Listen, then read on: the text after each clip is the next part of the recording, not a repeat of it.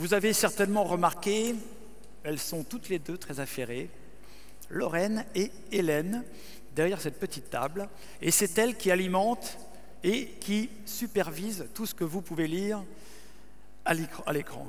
Alors, Lorraine, Hélène, a-t-on des choses très significatives, peut-être une question qu'on n'aurait pas abordée éventuellement et qu'il s'agirait de poser à l'un de nos invités? Alors tout d'abord, je tenais à vous dire qu'on a des centaines de réactions sur les réseaux sociaux. Parmi les questions, on n'a pas énormément de questions. En réalité, on a surtout des affirmations, des encouragements. Il y a énormément de gens qui approuvent la démarche, qui sont de Saint-Quentin ou d'ailleurs. D'ailleurs, cette démarche numérique intéresse manifestement. Les tweets évoquent le lien qui se crée entre les différents acteurs et certains disent qu'ils aimeraient habiter plus près de Saint-Quentin aujourd'hui. Donc voilà, bienvenue à tous et poursuivez sur les SMS, sur les tweets. On continuera à les diffuser à cette table avec Lorraine. Merci, merci Hélène. Alors j'invite à me rejoindre à présent pour la deuxième table ronde Guillaume Roch de la société Salesforce. Alors Giovanni Sorano, je ne sais pas s'il est arrivé, il était peut-être éventuellement bloqué tout à l'heure, mais non, je le vois, il est là. Fantastique. Rémi Dazin.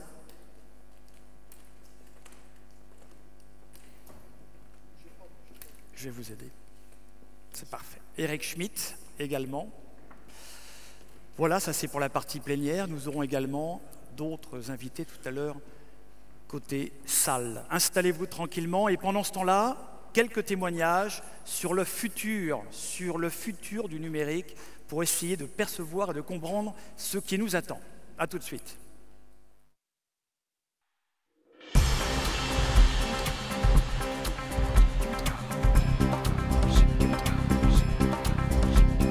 L'avenir, c'est simple. Actuellement, l'ensemble des données qui sont traitées, ce sont des domaines de l'humain. Et avec l'avènement du cloud computing, ces données, produites à l'intérieur des entreprises, vont être stockées dans des data centers. Et de nouveaux services vont pouvoir être créés. De plus en plus, les objets vont avoir une identité numérique. De grandes questions qui se posent de savoir comment exploiter toutes ces données qui vont concerner les objets dans un cadre économique et dans un cadre professionnel. Nous sommes dans l'Internet des hommes et nous allons vers l'Internet des objets. L'enjeu, c'est de convertir notre plateforme de gestion collaborative des flux de marchandises vers une plateforme de gestion collaborative des flux d'énergie. Et tout ça dans le cadre de la troisième révolution industrielle, dont le numérique est un des principaux vecteurs. Demain, on voit arriver des notions de produits connectés notamment. Et on est en train de travailler sur un produit que vous utilisez quotidien, tous les jours, à savoir la voiture, avec des applications qui vont être dédiées à la relation client, mais embarquées, tout comme aujourd'hui, vous avez des applications embarquées pour vos smartphones. À partir du moment où on a installé dans un logement un réseau bus, comme un réseau informatique dans lequel on passe des informations et des adresses, des cellules qui permettent de capter tout l'environnement de la personne dans son domicile, on peut pratiquer la rééducation à distance. Il faut dire que nous sommes dans le contexte d'un métier émergent.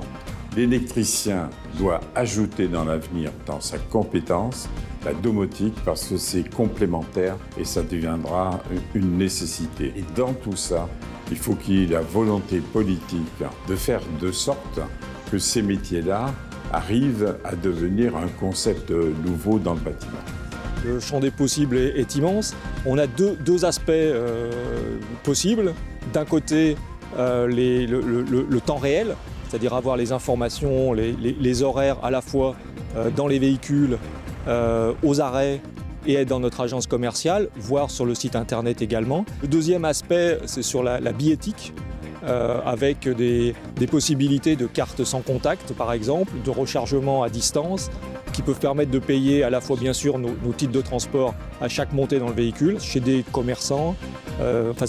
Les possibilités sont effectivement très, très, très importantes. Adapter les usages de la télévision telle qu'on le connaît depuis 50 ans aux usages que l'on fait aujourd'hui, ça veut dire le numérique qui rentre dans les téléviseurs, qui rend le média interactif, qui rend le média social. C'est ça les usages de demain. regarder un programme, le partager avec d'autres, se rapprocher, choisir. Voilà ce que va permettre le numérique et ne plus dépendre d'un programme qui vous est diffusé. L'utilisation du cloud, l'utilisation de ces technologies du numérique et de la connexion, l'utilisation de ces outils de communication et de la télévision connectée, ça c'est l'avenir de la télévision. Ici sur le territoire du Saint-Quentinois, nous avons fait le pari du 21e siècle, même dans le monde de la télévision numérique terrestre. Pour le futur, nous réfléchissons à de nouvelles applications numériques pour augmenter encore plus la relation client avec les commerçants et les Saint-Quentinois. Le numérique est là, tout simplement, pour nous faire évoluer.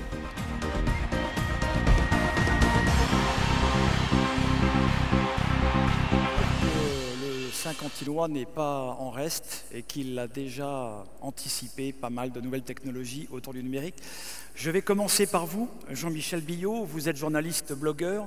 Allô? Combien de personnes vous suivent déjà sur vos tweets? Ça marche? Ça marche. Un petit peu plus fort peut-être. Il y a beaucoup de gens de Saint-Quentin qui me suivent, mais aussi d'ailleurs. Je ne sais pas, sur Tweet, 10 000 environ. Sur mon blog, entre 15 et 20 000 visiteurs uniques par mois. Sur Facebook, je ne sais plus très bien. Sur LinkedIn, je ne sais plus. Et en fait, je suis en train de créer une société de télévision IP d'un peu nouvelle. Mais je crois qu'on n'est pas là pour parler de ça. En effet. En tout cas, votre passion, vous, c'est vraiment les nouvelles technologies, c'est le numérique. Comment vous percevez la tendance? Qu'est-ce qui nous attend? Comment vous voyez les choses? C'est beaucoup plus important que ce que vous croyez. D'abord, je remercie beaucoup les organisateurs de m'avoir invité ici à Saint-Quentin. Vous avez de la chance, je ne dis pas ça parce que je suis un flagorneur émérite, vous avez de la chance d'avoir les élus que j'ai entendus. Vous avez vraiment de la chance. Parce qu'il n'y en a pas beaucoup comme ça en France. Mais je vous rassure tout de suite, moi j'habite les Yvelines, on ne va pas vous laisser partir tout seul. Nous aussi, et je suis d'accord avec Xavier Bertrand, la lutte va être au couteau.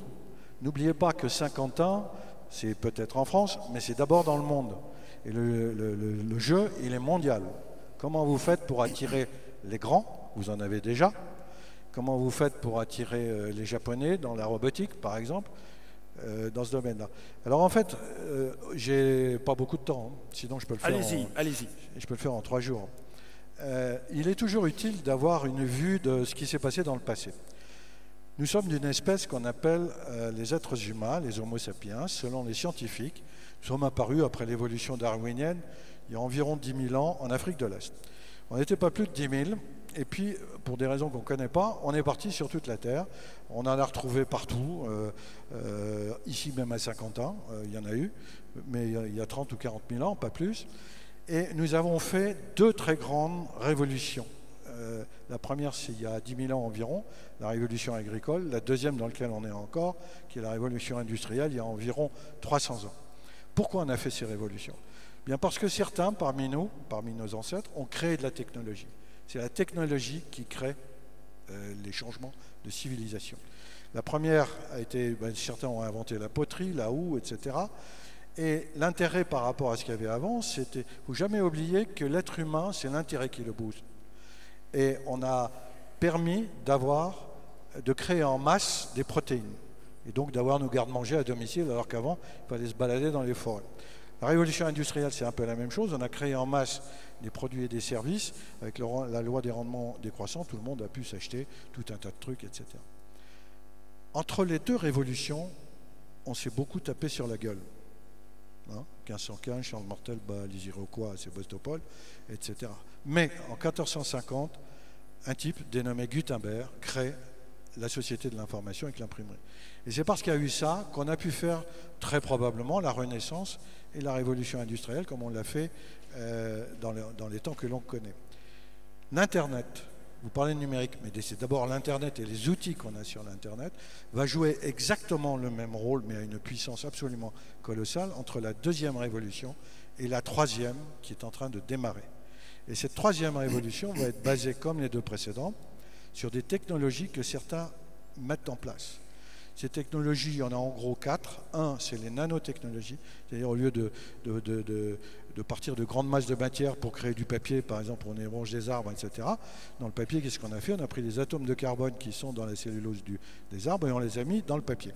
Les nanos sont une révolution dans le domaine industriel, très probablement.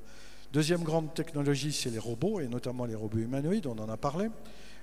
Grosse avance des Japonais, avec les robots humanoïdes comme Asimo, de Honda, etc. Osaka, qui veut devenir la capitale mondiale du robot humanoïde, et les élus d'Osaka font ce qu'il faut pour ça. Les Américains, avec des robots quadrupèdes, etc.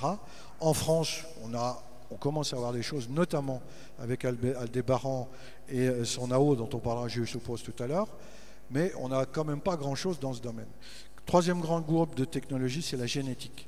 Les Américains ont séquencé le génome humain, votre operating system, et on va aller très probablement, selon les spécialistes, vers une médecine préventive au lieu d'avoir une médecine réparatrice. Et certains pensent, de ce fait-là, avec toutes les technologies de la nanomédecine, que l'espérance de vie de l'être humain est de l'ordre de 500 à 1000 ans. C'est pas moi qui le dis.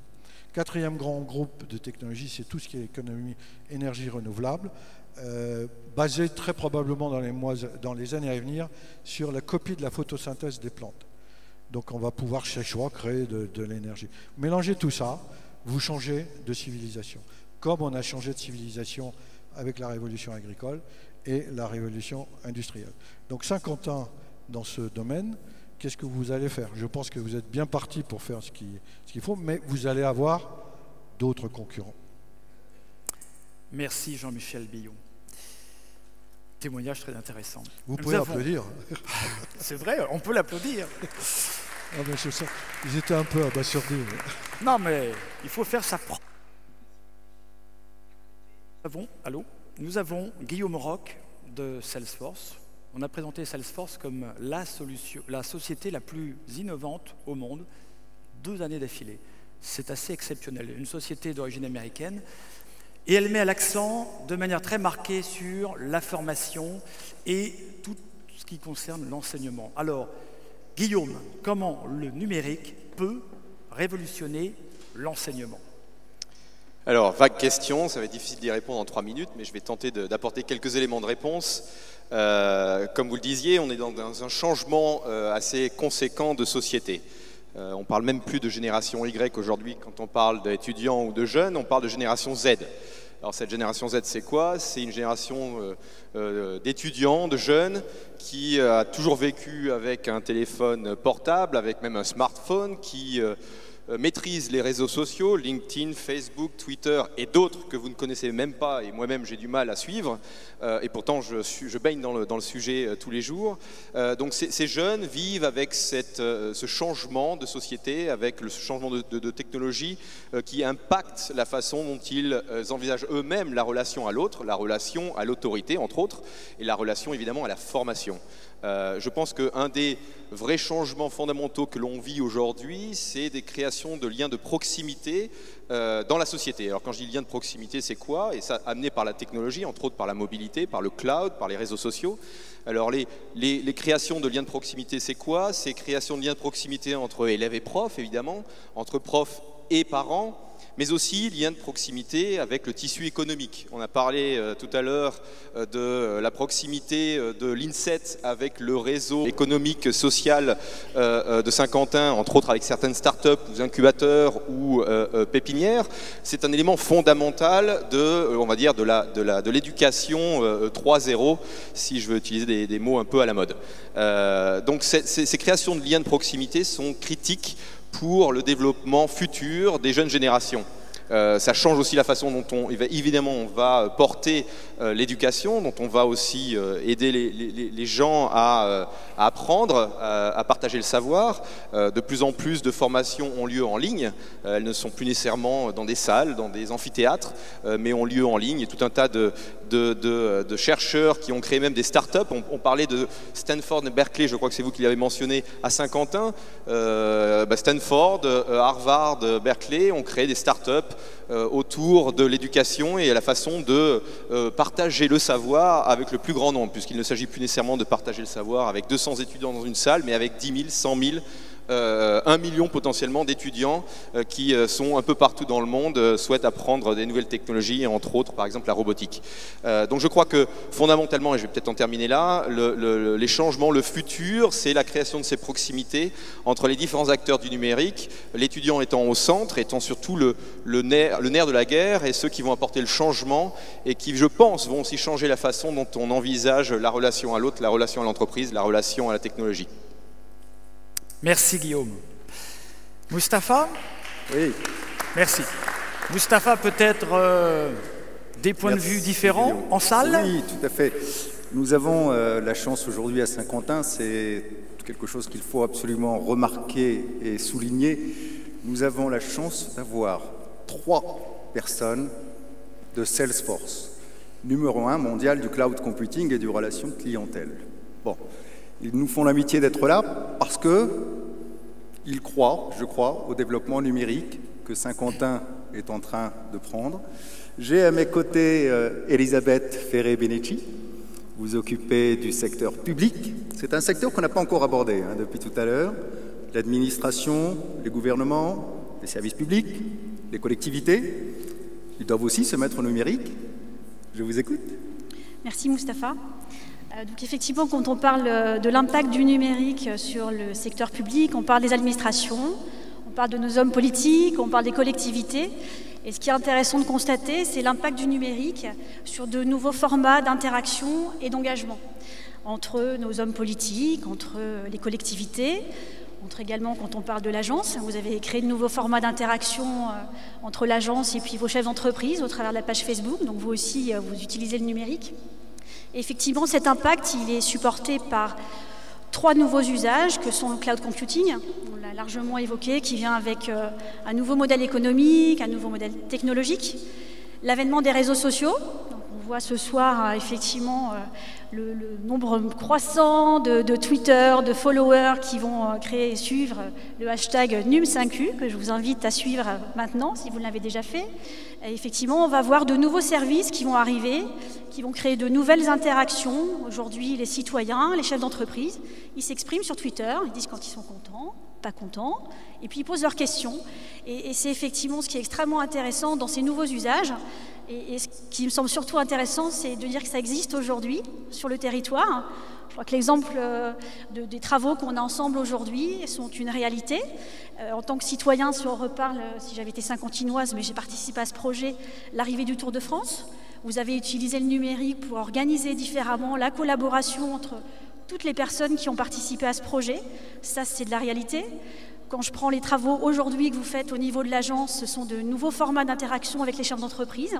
Vous utilisez les réseaux sociaux pour être à l'écoute de vos prospects, de vos clients et créer plus d'engagement. Voilà, donc je pense que c'est ça qu'il faut vraiment relever sur l'impact du numérique, sur le développement économique. La finalité, c'est bien la création d'emplois. Merci, Mustapha. Merci. Je vais garder... Je garde la parole parce que Bénédicte McCoy, chef de projet Salesforce. Alors, la question va être brève. Bénédicte, depuis tout à l'heure, les tables rondes concernent les hommes. Beaucoup d'hommes. Alors, le numérique, c'est réservé pour les hommes ? Ah non, alors surtout pas. Justement, j'ai un message à passer. Depuis tout à l'heure, on parle d'emploi, on parle de dynamisme, on parle de nouvelles façons de travailler. Et aujourd'hui, je crois savoir que dans votre master de cloud computing, il y a 14 élèves, une femme. Donc voilà, je suis une digne représentante technique du cloud computing. Oui, je suis une femme, c'est vrai. Je travaille dans ce domaine. Non, je n'ai pas à développer. Non, je ne suis pas en contact avec des développeurs. Je suis en contact avec des clients super sympa, avec lequel on apprend à travailler autrement, de différentes manières, dans lequel le vecteur de communication est riche d'enseignements, dans lequel on peut travailler sur des nouvelles façons de travailler justement, des nouvelles façons de voir l'informatique. Et je vous engage, les papas, les mamans, à dire à vos filles que le cloud computing, le numérique, c'est une super voie aussi de travail pour les filles et une autre façon d'aborder l'informatique. Voilà. Merci, Bénédicte. Très beau témoignage. On revient sur scène avec Giovanni Sorano, qui représente le lycée Condorcet, l'un des établissements les plus réputés, les plus importants de la région. Alors, d'un point de vue projection, comment voyez-vous le développement d'un tel établissement grâce aux nouvelles technologies et au numérique? Comment vous le percevez? Quels seront les grands changements? Bonsoir. Donc, sur le concept de génération Z, on en parlait en aparté avec mon voisin, donc c'est un concept très intéressant. Et en préambule, je souhaiterais préciser que nous accueillons aujourd'hui dans les établissements scolaires un public qui est né et qui a grandi et qui grandit dans une période d'explosion des nouvelles technologies et du numérique. Donc ce qui nous a obligés à nous adapter dans la prise en charge de ce nouveau public, à la fois par rapport à la pratique et à la culture forte de ce jeune public, notamment sur le plan ludique, que ce soit à travers les consoles de jeux ou les jeux en ligne, mais aussi le fait d'être très accroché à leur portable ou smartphone dans l'établissement. Donc tout cela nous a amené à nous organiser en termes de prise en charge et en termes aussi de règlement de vie dans les établissements. Au-delà de ce constat, bien entendu, le monde de l'éducation et de la formation est très lié aux évolutions sociétales et dans la pratique pédagogique aussi des enseignants et des éducateurs. Donc nous sommes obligés de nous adapter et d'être dans une logique aujourd'hui d'utilisation de ces nouvelles technologies, du numérique. Un espace scolaire comme Condorcet, c'est un parc informatique de plus de 1600 ordinateurs, c'est l'ensemble des salles de classe équipées de vidéoprojecteurs, de tableaux blancs interactifs et également un ENT, un environnement numérique de travail très performant qui permet donc un échange entre l'élève et son professeur et un suivi précis, de pouvoir trouver notamment le cahier de texte, ses résultats, les devoirs, des outils d'aide, d'approfondissement, à la fois sur le temps scolaire, mais aussi en dehors du temps scolaire, le soir, le week-end et pendant les vacances. Et ce qui permet également aux usagers du service public d'éducation, que sont les parents, de pouvoir suivre aussi en temps réel à la fois l'assiduité, mais aussi les progressions, et de pouvoir échanger avec les enseignants et les acteurs du monde éducatif. Donc le numérique fait partie aujourd'hui de la réalité, de la pratique et de la vie des établissements scolaires.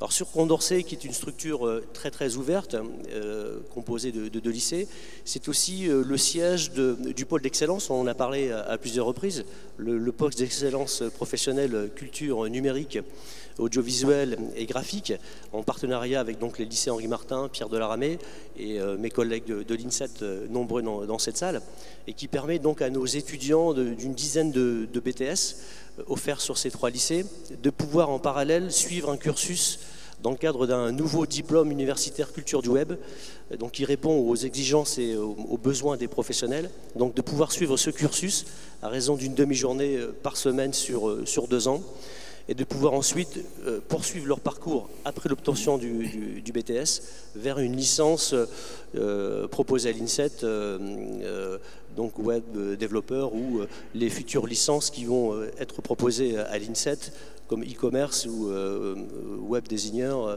dans un deuxième temps. Donc c'est effectivement une réalité sur Saint-Quentin, puisque le ministre Wauquiez à l'époque de l'enseignement supérieur, et je crois que c'était en septembre 2011, est venu officialiser ce label, pôle d'excellence, qui est un véritable label reconnu par l'enseignement supérieur et qui était en lien très étroit avec le développement local saint-quentinois autour de ce label ville numérique. Mais c'est aussi, le lycée Condorcet, c'est aussi le support d'une plateforme de transfert et d'innovation technologique à destination des entreprises et des mondes de l'éducation. Donc c'est la plateforme Innovaltech, qui est assez bien connue et reconnue, je dirais, à la fois au niveau local, régional, mais aussi national, puisque cette plateforme est une des seules en France à être attachée à un lycée.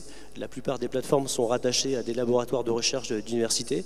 Et notre plateforme à Saint-Quentin, Innovaltech, fait partie du top 3 des plateformes au niveau national par rapport à sa performance et aux liens développés avec le monde de l'industrie, et notamment dans cette culture numérique et de développement des nouvelles technologies. Merci, merci pour ce témoignage. Mustapha, peut-être un retour en salle.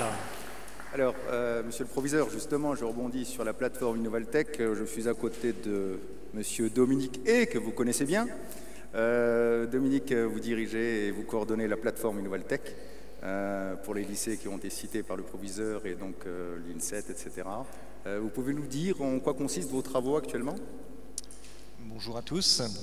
Alors effectivement, on a la chance à Saint-Quentin d'avoir une plateforme. Il y en a 34 en France. La nôtre, elle est spécifique puisqu'elle est portée effectivement par le lycée Condorcet. Elle a une vocation mécanique de promouvoir l'innovation et la technologie en Picardie. Donc au travers de nos différents pôles, le numérique, il est commun et il est présent quotidiennement. Donc on utilise systématiquement des logiciels de simulation, des logiciels de conception de modèles volumiques 3D au travers des projets qui nous sont soumis pour réaliser en fait des prototypes. Alors ces prototypes, ils peuvent être en 3 dimensions, imprimés sur nos machines de prototypage. On a développé des applications qui permettent de reprendre en fait l'imagerie médicale pour pouvoir prototyper des organes humains ou des modèles 3 dimensions. On est présent aussi sur les aspects simulation pour essayer de limiter et de prédire des études de faisabilité. Et puis on a un axe transversal qui permet en fait d'appréhender les nouvelles technologies au travers de modules de formation à distance et pour rendre plus opérationnels les différents étudiants ou lycéens qui viennent ensuite appréhender nos différentes technologies sur nos différents sites. Très bien. Merci Dominique pour ces précisions. Je garde la parole et je vais faire quelques pas pour rejoindre Valérie Bourny. Valérie Bourny est enseignant-chercheur à l'INSET. Valérie, vous coordonnez un certain nombre de projets de recherche liés au développement de l'INSET dans un certain nombre de formations, système embarqué, aujourd'hui avec le cloud également. Est-ce que vous pouvez nous dire les quelques projets que vous avez actuellement là sur le feu? Oui, alors avant de parler des projets, je suis très heureux de cette manifestation parce que alors ça peut paraître maintenant évident ce soir, mais on voit bien que quand on réunit les différents mondes qui à un moment donné n'échangeaient pas entre eux, je parle du monde industriel, du monde académique, du monde de l'enseignement, et bien quand on met tout le monde ensemble autour de la table, comme l'a très bien dit tout à l'heure Harold Tranois, on fait vraiment de très très belles choses. Et c'est comme ça qu'on va pouvoir avancer et créer les métiers de demain, les emplois de demain et les entreprises. Je vais revenir sur ce qu'a dit Harold Tranois. Effectivement, aujourd'hui, on parle de la robotique numérique, dont j'en suis très très heureux. Ce qu'il faut savoir, c'est que Saint-Quentin n'est effectivement pas tout seul dans cette dynamique-là, et elle s'inscrit également avec des actions qui sont menées en Picardie, et ça s'articule parfaitement. Je vais citer par exemple l'investissement d'avenir Robotex. Je vais citer l'outil comme IndustriLab où la robotique industrielle et le numérique est mis en avant. Donc je suis très heureux que le territoire saint-quentinois s'empare de cette problématique autour de la robotique numérique. Après, au niveau des différents projets, effectivement c'est déjà une réalité. Et au niveau du Saint-Quentinois, vous avez, je pense, la chance d'avoir des enseignants-chercheurs qui ont la fibre entrepreneuriale, qui aiment travailler avec les entreprises. Et au travers des 4 pôles de compétences que l'on défend sur le Saint-Quentinois, donc entre l'INSET, l'IUT et les différents lycées, donc bien sûr le cloud computing, le numérique, vous avez les systèmes embarqués, la logistique, la mécanique, et bien on peut faire avec toutes ces compétences-là vraiment de très beaux projets.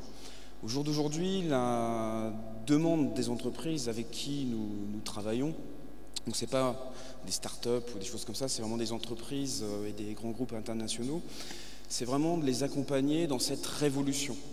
Ça les bouscule, ça les interroge, notamment le cloud computing change complètement leur façon de penser.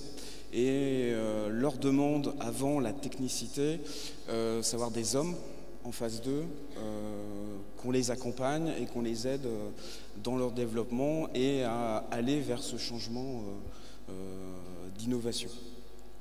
Donc au niveau des projets, on touche beaucoup de secteurs, on va de l'aéronautique au spatial, à l'éolien, j'en oublie beaucoup. Et le numérique, à chaque fois, est un des éléments des différents projets que l'on mène. Bien.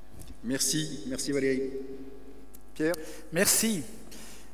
L'un des pans très importants qu'on n'a pas encore abordé ce soir, et je voudrais juste faire un petit parallèle avec ce que l'on peut retrouver peut-être un peu plus loin dans la Silicon Valley, où, sans vouloir faire de comparaison un peu facile, on a des grandes universités avec des étudiants assez brillants, un corps enseignant très bien formé, des start-up qui émergent en veux-tu, en voilà tous les 4 matins. Dans la même rue de Stanford, de Berkeley, on va trouver des entreprises qui représentent les fonds d'investissement pour soutenir justement le développement de ces petites start-up. Ce soir, nous avons voulu demander à une personne d'amener aussi son témoignage, comment aujourd'hui un fonds d'investissement peut venir et soutenir l'effort de guerre et l'effort de ces start-up qui ont besoin de ces mannes pour pouvoir conquérir de nouveaux marchés. Rémi Dazin, quel rôle jouez-vous et comment voyez-vous l'avenir d'un point de vue projet? Quels sont-ils? Quelle nature? 1, 2. Donc déjà, merci, monsieur le sénateur, monsieur le député maire, de me permettre de revenir sur un territoire que je connais bien. Je ne suis pas né à Saint-Quentin, parce que je suis né à Brissy-Gicourt, à la ferme familiale. Donc sinon, j'aurais pu être Saint-Quentinois. Donc merci beaucoup. J'ai entendu beaucoup de choses, j'ai entendu beaucoup de techniques, c'est vrai. Hein. Par contre, derrière, nous, à B2A, donc on est des business angels. Donc dans business angel, il y a 2 mots. Il y a business, hein, c'est le business. Et ensuite, il y a les anges. Donc, on est les anges du travail. Hein. Donc, là, je représente la Fédération nationale, mais on est organisé en 80 réseaux, notamment dans le département de l'Aisne, soutenu par N Développement. J'ai vu Didier Bourret ici présent ce soir.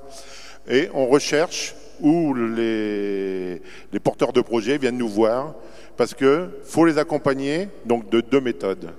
Une méthode humaine, on apporte notre expérience gratuitement d'entrepreneur, et ensuite ce soir on n'a pas parlé d'argent, mais pour créer des entreprises, à un moment donné, il faut de l'argent. Alors, nous on intervient à quel moment? On intervient souvent lorsque personne veut donner, hein, personne veut mettre, parce que au début des startups, vous avez raconté l'histoire de Pierre, avec qui on s'est fricoté, mais on s'est vu plusieurs fois. En fin de compte, on ne s'est pas marié.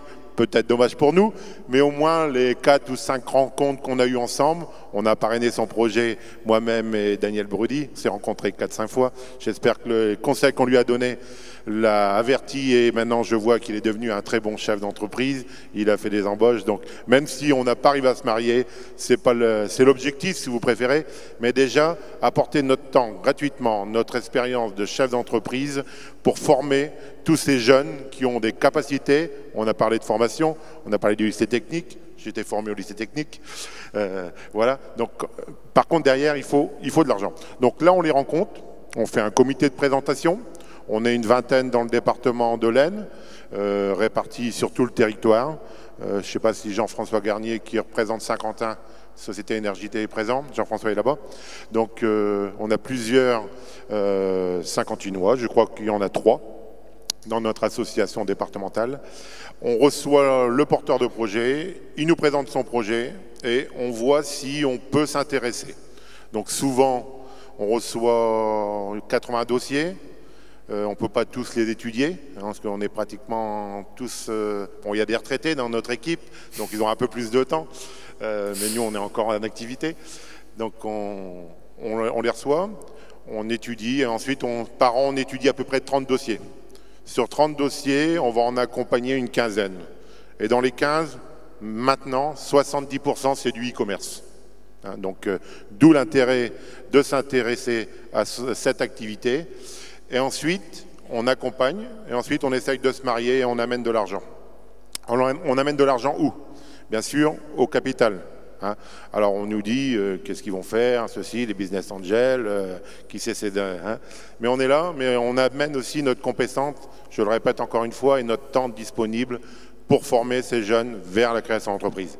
J'ai vu également la boutique de gestion dans la salle. Donc il faut également, en parallèle de tout ça, former ces jeunes à l'esprit d'entreprise. C'est un manque, j'avoue. Hein, on perd énormément de temps, on pourrait aller plus vite, mais des fois il faut refaire les comptes de résultats, il faut ainsi de suite. Maintenant il y a les micro-entreprises dans les collèges. Tout le monde commence à avoir fait une micro-entreprise dans sa culture scolaire, mais c'est encore un manque en France, et là-dessus, il faudra très travailler. Vous travaillez dans le numérique, très bien, vous mettez les outils, on met la formation, mais derrière, il faut former les entrepreneurs. Ensuite, une fois qu'on s'est marié, alors c'est un mariage CDD, donc on détermine quand est-ce qu'on s'en va. On se marie, mais c'est un mariage CDD. Donc souvent, on essaye 5 ans, pour raison fiscalité. Mais bon, ça est en train de changer. Je ne sais pas trop tout ça, comment ça va se passer. Donc voilà. Et au bout de 5 ans, on se sépare. Par contre, souvent, c'est des fonds d'investissement qui interviennent à notre place. Donc nous, on sort et des fonds d'investissement. Alors, avec France Angel, on a à notre conseil d'administration plusieurs fonds d'investissement, dont un spécialisé, c'était l'Assemblée hier soir, dont un spécialisé e-commerce. Et ils investissent à peu près sur le e-commerce, à peu près 130 millions d'euros sur le e-commerce. Donc ensuite, on a d'autres fonds d'investissement qui s'intéressent à tout type de projet, mais on s'aperçoit que la part du numérique, on cherche ce qui pourrait avoir une très forte valeur ajoutée, et souvent on le trouve avec le projet très technologique, plus l'entrepreneur. Je suis un peu long, mais je voulais profiter de votre invitation pour vous faire part de ce qu'on fait à AB2A. Vous n'avez pas envie d'ouvrir un petit bureau en face de l'INSET, par exemple, pour être au plus proche de tous les projets qui peuvent sortir de... Alors, on est en contact avec l'agglomération saint-quentinoise. Monsieur Benoît, pas présent ce soir, participe à notre assemblée tous les ans. On a Jean-François qui est, je crois, administrateur de l'INSET. Jean-François, je ne me trompe pas. Donc, on est présent dans toutes ces organisations, et c'est l'expérience qu'on peut amener, quoi. Merci Rémi Dazin, je pense qu'on peut l'applaudir.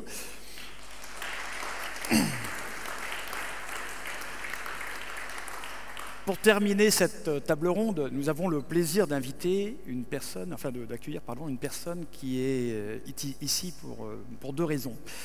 Éric Schmitt, vous êtes avant tout directeur général de l'Institut de l'agriculture durable. Alors, première question, comment voyez-vous l'agriculture à, disons, 10 ans ? Depuis tout à l'heure, on parle de numérique. Moi, je vais vous parler d'une espèce en voie de disparition. C'est le paysan. Alors, étymologiquement, paysan, ça veut dire celui qui est du pays. Alors, ça présente un avantage, c'est que le paysan, il n'est pas délocalisable. Et ça, en général, on aime bien. Mais sachez qu'il a déjà disparu des catégories socio-professionnelles dans les instituts de sondage. Alors, vous avez vu tout à l'heure, lors de la première table ronde, que le numérique avait déjà fait irruption dans le monde agricole, en termes de gestion, en termes de connaissances météo, ce qui n'empêche pas les aléas climatiques, en termes de marché, même si les salles de marché sont à Chicago, en termes de guidage GPS, de contrôle satellitaire. Alors on peut toujours aller plus loin dans un modèle conventionnel, ça s'appelle le progrès. Mais l'innovation de demain, je pense qu'elle sera ailleurs. Ce qui m'impose de vous expliquer quand même en 2 mots ce que l'on entend par agriculture durable.